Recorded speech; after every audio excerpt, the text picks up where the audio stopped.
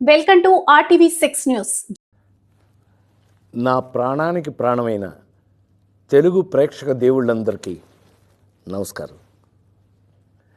ఈరోజు నా జీవితంలో ఎంతో సంతోషకరమైన రోజు. భారత ప్రభుత్వం నాకు పద్మశ్రీ పురస్కారాన్ని ప్రకటించిందని తెలిసినప్పటి నుంచి నా కళ్ళు ఆనందంతో నిండిపోయాయి.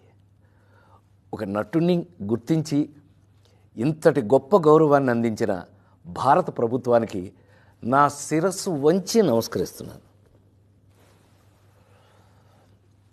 అలాగే నా పేరుని ఈ పురస్కారానికి సిఫార్సు చేసిన ఆంధ్రప్రదేశ్ ప్రభుత్వానికి, పెద్దలందరికీ నా ప్రత్యేక కృతజ్ఞతలు. కానీ నిజం చెప్పాలంటే ఈ అవార్డు నాది కాదు, మీది. 48 ఏళ్లుగా నన్ను ఒక నటుడిగా మాత్రమే కాకుండా మీ ఇంట్లో ఒక మనిషిగా, మీలో ఒకడిగా గుండెల్లో పెట్టుకుని చూసుకుంటున్నారు.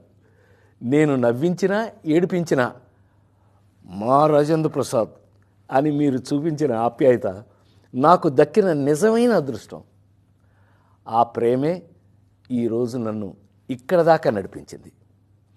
2 తెలుగు రాష్ట్రాల ప్రజలు నన్ను సొంత బిడ్డలాగా ఆదరించారు. మీ రుణం ఈ జన్మలో తీర్చుకోలేను. నాతో పాటు ఈ ఏడాది పద్మ పురస్కారాలు అందుకుంటున్న దేశంలోని మహానుభావులందరికీ నా శుభాకాంక్షలు తెలియజేస్తున్నాను. మీ ఆశీస్సులు ఎప్పుడూ నా మీద ఇలాగే ఉండాలి. బ్రతికున్నంత వరకు సర్వదా మీ రాజేంద్ర ప్రసాద్.